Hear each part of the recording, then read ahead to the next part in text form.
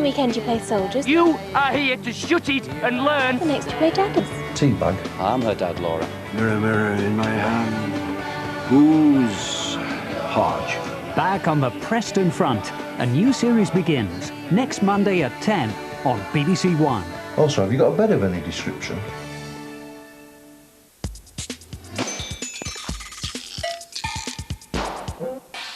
G'day. Rolf Harris returns to Whipsnade Wild Animal Park to catch up with some old friends. Aren't they great? And meet some new faces. The fact that this herd is producing babies is wonderful. He's excited! We find out if Bert the Vulture earns his wings. Watch Rolf earn his keep. Using muscles I've actually never realised I had. Sparky does the walk of life. In the wild, she's unlikely to have survived. Revisit an exotic animal hospital, Wednesday at 7 on BBC1. And as we find out now on BBC One, working with animals can provide some of Auntie's natural bloomers.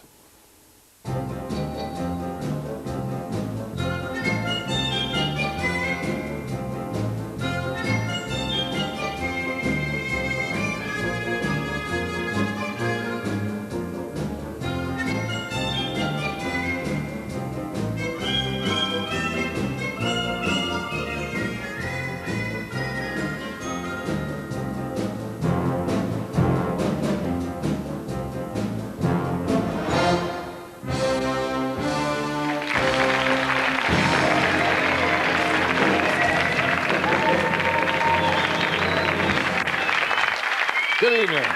Welcome to Auntie's Natural Bloomers. Look at this outfit, eh? Harrison Ford, eat your heart out.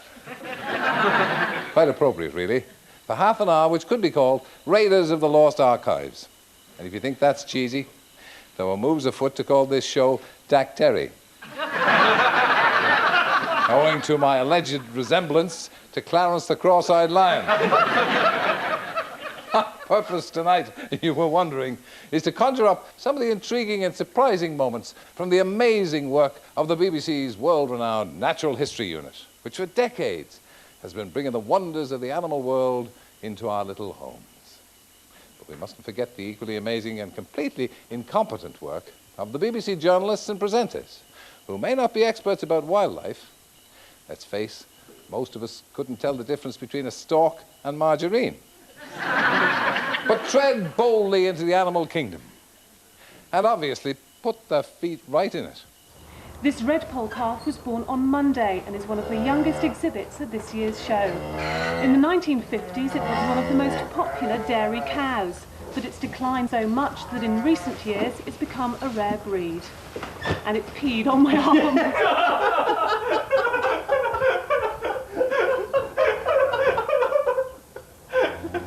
It's here the animals are rested, fed and watered before continuing on their journey.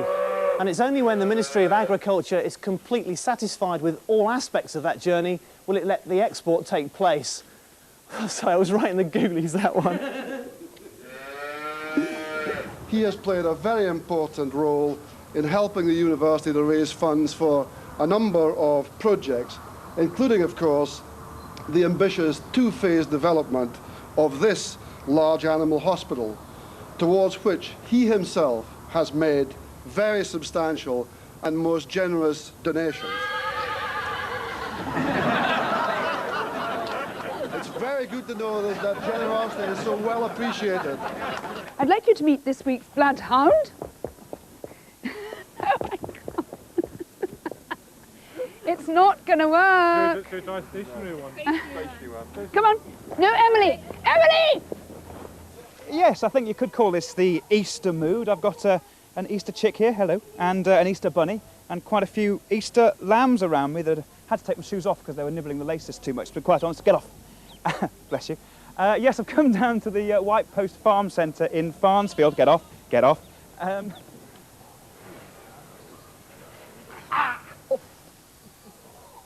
What was your experience of BSc on your farm? Yeah, 7 years ago... Oh, we got a cow, Roger, and the other one right in the back of the shop. All right. Yeah, 7 years ago, first experience, we had two cows within a month of each other with this disease. Yes, about 7 years ago, I had my first case with BSE. really before anyone knew much about the disease at all. We took the cow into the slaughterhouse at the time, and they really didn't know what it was. They said, well, we think it could be this BSE. Well, it's kind of farm work, isn't it, as glamorous as looking after pets, is it? Certainly not, and unfortunately this is the sort of work we are doing day in and day out. It's pretty heavy physical work, isn't it? So better than farm. Whoops. I don't believe it. That must challenge me, Peter. I think that... Over the years, in the course of thousands of programmes, BBC camera teams have gone that extra yard to bring you remarkable examples of the infinite variety of animal behaviour from all over the globe. And for that matter, it's fair to say that the creatures they've come across have bent over backwards to astonish us.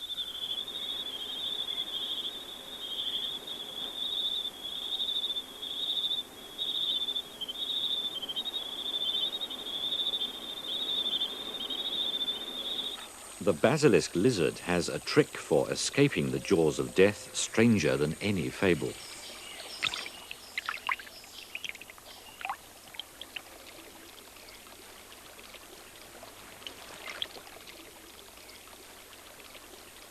Octopus can squeeze through spaces not even Houdini would dare.